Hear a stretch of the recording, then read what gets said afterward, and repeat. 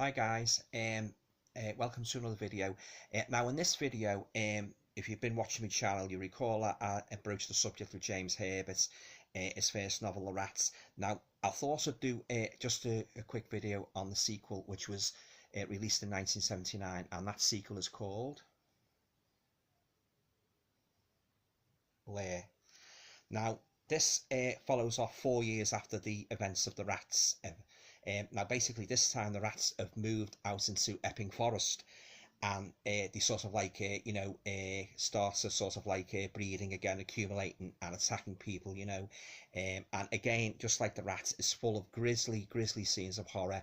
The rats just attack people indiscriminately, and they just come back as stronger as ever, as ferocious as ever, really.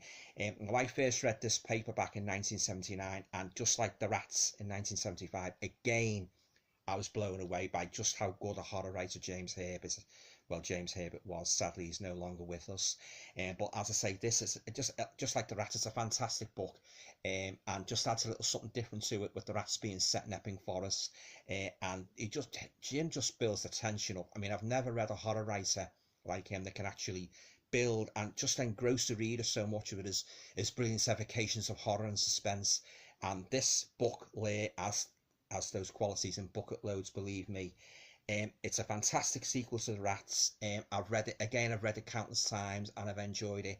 It's a timeless book, and the way Jim describes the rodents, the way they're breeding and mutilating and attacking people, and particularly stomach turning is I mean, I don't want to say too much about it, but the head rodents, it's just complete ineffable horror.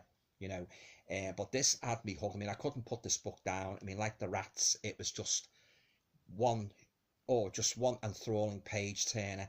And again, Jim's a master of set pieces. He introduces, as well as the protagonists and the heroine, he introduces minor characters. You get to know them, and he's got this wonderful knack of dispatching them in the most grisly, horrific ways you can possibly imagine. One particular scene in the graveyard, I mean, I won't go too much into it, but oh gosh, talk about horror at its most extreme. But this, as I say, this is a fantastic book. It really is. I'll just read you the back of it. 4 years have passed since the outbreak, when they plagued London with their deadly menace. They cannot remember the long journey from the city through the underground tunnels, fleeing in terror from their exterminators. Now the peaceful woods of Epping Forest echo with piercing screams, and a chilling reign of terror has begun. A farmyard cat is found mangled, its paws ripped from its body.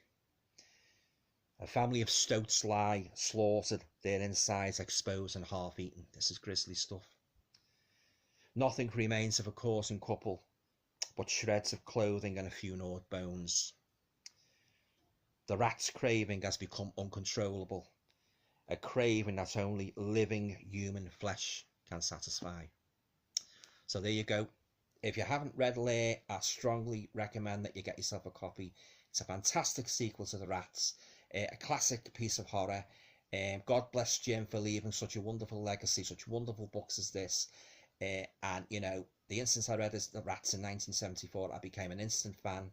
He was just the best British horror writer ever, in my opinion. Nobody has ever come close to writing scenes of such wonderful, enthralling, entertaining books as James Herbert. But as I say, if you haven't read The Lair or even The Rats, I'd strongly recommend that you get yourself a copy. You won't be disappointed. Okay guys, stay safe.